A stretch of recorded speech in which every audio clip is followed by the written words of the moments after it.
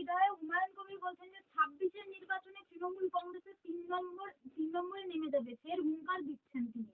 আমরা জানুয়ারি মাসের 25 থেকে 31-এর মধ্যে একটি ব্রিগেড সমাবেশ করব, ভরতপুরের বিধায়ক বলছেন। দেখুন, ভরতপুরের বিধায়ক কি বলেছে সেটা ভরতপুরের বিধায়কই ভালো বলতে পারবে, কারণ তার রাজনৈতিক দলের সাথে আমার কোনো সম্পর্ক ছিল না, আজও নেই। একজন মুসলমান হিসাবে এবং হুমায়ুনের অ্যাডভোকেট হিসাবে আমি এখানে মামলা লড়েছিলাম হাইকোর্টে।